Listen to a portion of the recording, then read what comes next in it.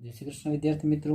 तो last time આપણે વાત કરી હતી ઇન્ટ્રોડક્શન ઓફ પોલીપેપ્ટાઇડ, જેની અંદર આપણે બેઝિક વર્ડ શીખેલા હતા. આજે આપણે વાત કરીશું સિન્થેસિસ ઓફ પેપ્ટાઇડ કમ્પાઉન્ડ.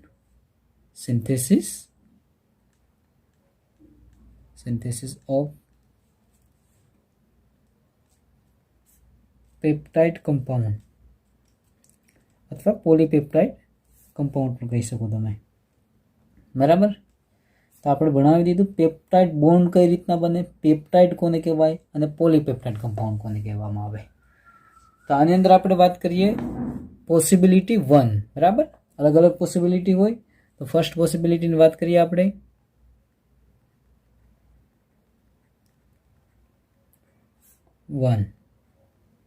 જેની અંદર તો કે ઇફ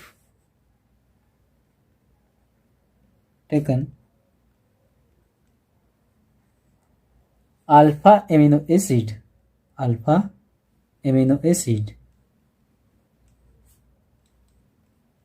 are same. मतलब કે લાસ્ટ ટાઈમ આપણે જોયું હતું ગ્લાયસિન પ્લસ ગ્લાયસિન. તો આની અંદર હું ફર્સ્ટ લખું method 1.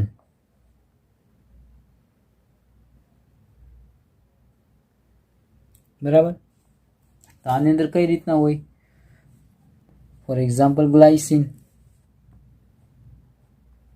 NH2 CH2 C double bond OH. અને શું કહીશું આપણે, તો કે આને કહીશું ગ્લાયસિન 1. બરાબર. પ્લસ સેમ મતલબ કે બીજો આલ્ફા એમિનો એસિડ પણ કેવું હોય એ જ રીતના હશે. અહીંયા તો અહીંયા લખું આપણે NH2 CH2 C double bond OH. આ પણ ગ્લાયસિન થાય.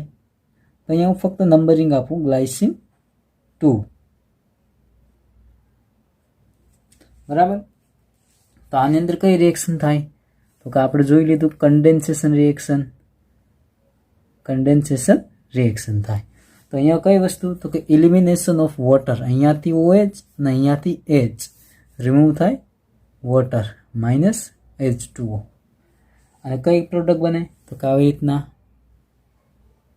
NH2 CH2 અહીંયાથી CO ને અહીંયાથી NH CONH CH2 and C double bond OH. બરાબર. તો આનું નામ કઈ રીતના થાય, અહીંયાથી એક લિંકેજ બન્યું. આને શું કહીશું આપણે, પેપ્ટાઇડ બોન્ડ અથવા એમાઇડ. બરાબર. તો આનું નામ થાય ગ્લાયસિન. જે પેરેન્ટ હોય એમાં ક્યારે પણ ના ફેરફાર થાય, સબસ્ટ્રેટમાં ફેર થઈ જાય. તો અહીંયા થઈ ગ્લાયસિનનું શું થઈ જાય, YL આવશે. તો ગ્લાયસાઇડ કોનો ફેરફાર થયો, તો કે 1 નંબરનો. તો ગ્લાયસાઇડ 1 ફેરફાર કોનો નથી થયો, તો કે સેકન્ડ ગ્લાયસિન. એટલે આને આપણે શું કીધું, N ટર્મિનલ, અને આને કીધું આપણે C ટર્મિનલ. હંમેશા ફેરફાર કોનો થશે, N ટર્મિનલનો. ગ્લાયસિન. બરાબર. ગ્લાયસિન જે હશે સેકન્ડ. બરાબર. તો આ રીતના જે આપણે મેથડ 1, આને આપણે કહીશું, આને ધારી લો કે પ્રોડક્ટ 1 ને આપણે નામ આપી દઈએ A. બરાબર. આની અંદર મેથડ 2 કહીએ આપણે. આ મેથડ 1, ત્યારબાદ આપણે વાત કરીએ મેથડ 2. મેથડ 2 ની અંદર કઈ રીતના કીધું મેં, આલ્ફા એમિનો એસિડ તો કઈ રીતના, તો કે આલ્ફા એમિનો એસિડ તો સેમ છે. તો અહીંયા નામ લખીએ NH2 CH2 C double bond OH. બરાબર. પ્લસ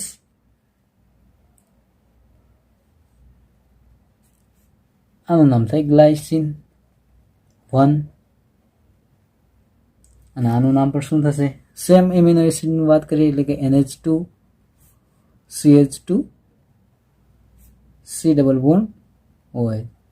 આ થશે ગ્લાયસિન 2. બરાબર. તો આની અંદર મેથડ 2 ની અંદર પણ રિએક્શન તો સેમ જ થશે. કઈ રિએક્શન, તો કે condensation reaction.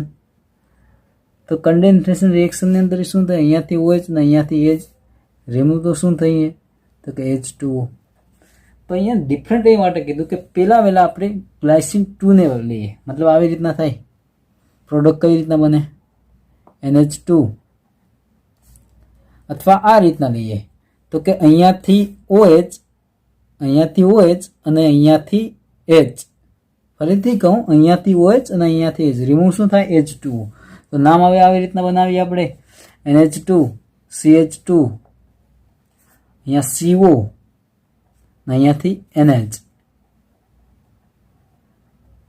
CH2 C double bond હોય. તો આપણે પેરેન્ટ નેમ તરીકે કોને લીધેલ છે? તો કે ગ્લાયસિન 2. તો ગ્લાયસિન 2 નું હવે કઈ રીતના થાય? તો કે ગ્લાયસિન છે એ અત્યારે N ટર્મિનલ થઈ જાય, તો નામ બની જાય ગ્લાયસાઇલ. કયો? ગ્લાયસાઇલ 2 એન્ડ સેકન્ડ ગ્લાયસિન. બરાબર. તો આ પ્રોડક્ટ બનેલી હશે, કઈ પ્રોડક્ટ હશે? તો કે B. તો આની અંદર મેથડ 1 અને મેથડ 2 ની અંદર જોયું આપણે, મેથડ 1 ને અને મેથડ A માં અને B ની અંદર કઈ ફેરફાર છે? તો કે ના, બંને પ્રોડક્ટ કેવી છે? તો કે સેમ. A અને B કેવા છે? A ની પ્રોડક્ટ પણ સેમ અને B ની પ્રોડક્ટ પણ સેમ. મતલબ if taken alpha amino acid are same. બરાબર. ત્યારબાદ જો ડિફરન્ટ એમિનો એસિડ હોય અથવા ડિફરન્ટ એમિનો એસિડ હોય ત્યારે કેવી રીતના પેપ્ટાઇડ બોન્ડ બને એના માટે.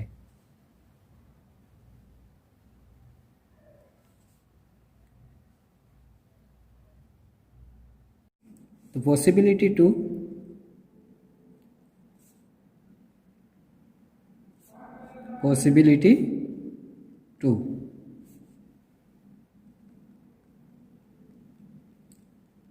જેની અંદર શું આવે? તો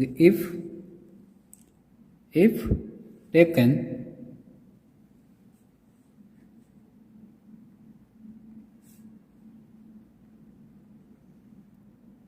alpha amino acid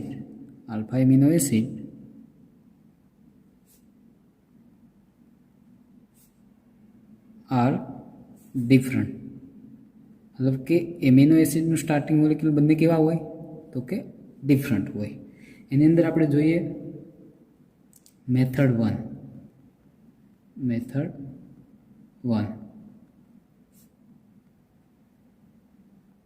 બરાબર. ફોર એક્ઝામ્પલ મેથડ 1 ની અંદર આપણે વાત કરીએ તો કે સ્ટાર્ટિંગ મોલેક્યુલ તો કે glycine, NH2 CH2 C double bond OH. બરાબર. આને કહીશું આપણે glycine. Plus different amino acid second molecule લઈએ આપણે alanine, NH2 CH C double bond OH and CH3. Second position ઉપર CH3. આમ નામ શું થશે? એલેનાઇન. બરાબર. તો પેપ્ટાઇડ બોન્ડ માટે તો કઈ રિએક્શન થાય? તો કે કન્ડેન્સેશન રિએક્શન થાય. અને રિમૂવ શું થાય? તો કે રિમૂવ થાય કન્ડેન્સેશન રિએક્શન અને એલિમિનેશન ઓફ વોટર મોલેક્યુલ કઈ રીતના રિમૂવ થાય? તો કે ફોર એક્ઝામ્પલ અહીંયાથી OH, અહીંયાથી H. બરાબર. તો પ્રોડક્ટનું નામ કઈ રીતના બને? આવી રીતના થાય NH2 CH2, અહીંયાથી CO, અહીંયાથી NH, બાકી as it is CH CH3 C double bond OH. તો આનું નામ કઈ રીતના થાય? ગ્લાયસિનની અંદર શું થશે? તો કે ગ્લાયસિનનું થશે ગ્લાયસાઇલ. અહીંયા આવી રીતના વાયલ લાગશે ગ્લાયસાઇલ. અને એલેનાઇન તો કે એસી ટર્મિનલની અંદર આવે, એની અંદર કંઈ પણ ફેરફાર ન થાય, ગ્લાયસાઇલ એલેનાઇન. બરાબર. આ બોન્ડ કેવો બોન્ડ બને? તો કે આને કહેશું આપણે ડાયપેપ્ટાઇડ બોન્ડ. શું કહેશું આપણે? ડાયપેપ્ટાઇડ. બરાબર. ફોર એક્ઝામ્પલ આને આપણે નામ આપી દઈએ X. બરાબર. એવી જ રીતના મેથડ 2 ની અંદર મેથડ 2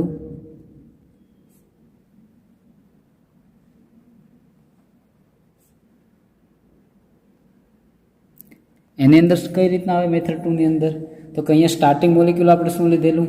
તો કે ગ્લાયસિન અને સેકન્ડ એલેનાઇન. તો આને આપણે અલગ કરી નાખીએ. સ્ટાર્ટિંગ મોલિક્યુલ શું લઈએ? એલેનાઇન. તો આવી રીતના બને alanine NH2 CH CH3 C double bond OH. બરાબર, આને કહીશું એલેનાઇન. પ્લસ રિએક્શન કોની સાથે કરશું આપણે? ગ્લાયસિન સાથે. NH2 CH2 C double bond OH. આને કહીશું આપણે ગ્લાયસિન. Reaction same. રિએક્શન કઈ રીતના આવે? તો અહીંયા કન્ડેન્સેશન રિએક્શન થાય. કન્ડેન્સેશન રિએક્શનથી શું? અહીંયાથી OH અને અહીંયાથી H રિમૂવ થાય, એલિમિનેશન ઓફ વોટર. તો પ્રોડક્ટ આપણે લખીએ. પ્રોડક્ટ કઈ રીતના બને? NH2 CH CH3 અહીંયા CO અહીંયા NH CH2 C double bond OH. હવે આની અંદર એન ટર્મિનલ તરીકે કોનો યુઝ થયો? તો કે એલેનાઇન. તો નામ તો કે એલેનાઇલ. શું નામ થાય? Alanyl. Same second name glycine. Alanyl glycine. મતલબ સી ટર્મિનલની અંદર નામમાં ક્યારેય ફેરફાર ન થાય. ફેરફાર ક્યાં થાય? એલેનાઇનની અંદર. આને આપણે નામ આપી દઈએ વાય. તો હવે આપણે જોઈએ એક્સ અને વાય. એક્સ ને વાય સેમ છે? તો કે ના, એક્સ ને વાય અલગ અલગ ડિફરન્ટ છે. તો આપણે આ રીતના કહી શકીએ. તો અહીંયા કહી શકીએ એક્સ અને વાય સેમ કહેવાય? તો કે ના, એક્સ ને વાય ડિફરન્ટ છે. એક્સની અંદર શું પ્રોડક્ટ મળે? તો કે ગ્લાયસાઇલ એલેનાઇન. જ્યારે વાયની અંદર શું પ્રોડક્ટ મળે? એલેનાઇલ ગ્લાયસિન. બરાબર. તો આવી રીતના આ પણ શું કહેવાય? આ પણ ડાયપેપ્ટાઇડ જ કહેવામાં આવે. ડાયપેપ્ટાઇડ, કારણ કે આની અંદર 2 આલ્ફા એમિનો એસિડ યુઝ કરવામાં આવે. ફોર એક્ઝામ્પલ આપણે એવું કહીએ કે if 3 different alpha amino acid are taken. જ્યારે આલ્ફા એમિનો એસિડની અંદર 3 અલગ અલગ હોય ત્યારે, ફોર એક્ઝામ્પલ એ તરીકે ગ્લાયસિન લો, બી તરીકે તમે એલેનાઇન લો અને સી તરીકે ફિનાઇલ એલેનાઇન. તો આની કેટલી પેર બને અથવા પ્રોડક્ટ કેટલી મળે? તો ફોર એક્ઝામ્પલ જોઈએ, એક તો એબીસી જોવા મળે, કાં તો તમને જોવા મળે એસીબી અથવા બીએસી અથવા બીસીએ યા તો સીએબી અથવા સીબીએ. બરાબર. મતલબ કે આને શું કહેવાય? એન ફેક્ટોરિયલ પ્રોડક્ટ મળે. એન ફેક્ટોરિયલ પ્રોડક્ટ મળે. બરાબર. તો 51 યુનિટ હોય તો જો 51 યુનિટ તમે આલ્ફા એમિનો એસિડ યુઝ કરો તો પ્રોડક્ટ કેટલી મળે? તો કે 51 ફેક્ટોરિયલ. કેટલી મળે? 51 ફેક્ટોરિયલ, એટલે કે 1.55 × 10⁻66. તો આ રીતના આપણે સિન્થેસિસ ઓફ પોલીપેપ્ટાઇડ ભણેલા છે વસ્તુ.